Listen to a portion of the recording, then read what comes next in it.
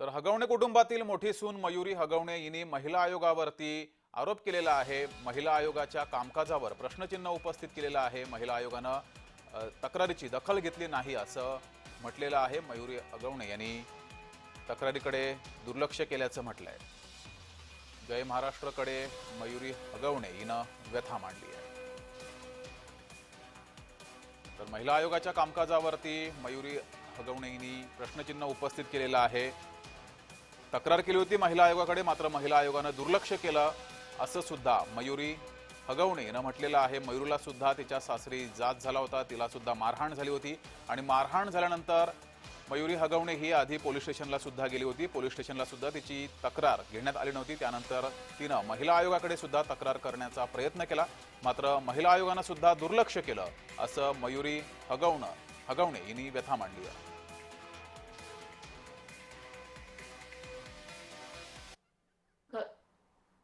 म्हणजे तुला समाधानकारक प्रतिसाद मिळाला होता का महिला आयोगाचा?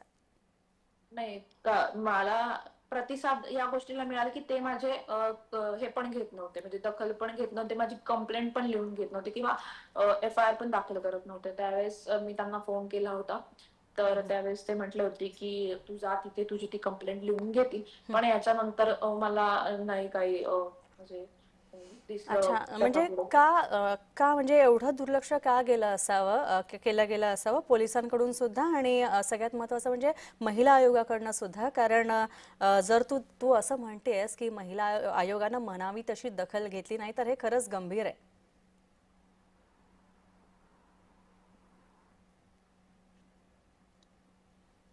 नक्कीच बोल बोल बोल मयुरी, बोला। मला वाटत होतं की त्यांनी दखल घ्यावी आणि याच्यात बोलावं की जे जे करून म्हणजे काही ना निदान त्या लोकांचा माज तरी उतरेल, की जे त्या लोक हवेत ती तरी त्यांची हवा किंवा माज किंवा राजकीय जे म्हणतायत ते त्यांचं कमी तरी होईल। पण ते नाही झाल्यामुळे त्यांचं अजून म्हणजे ते अजून हवेत गेले असं झालं थोडक्यात त्याच्यात।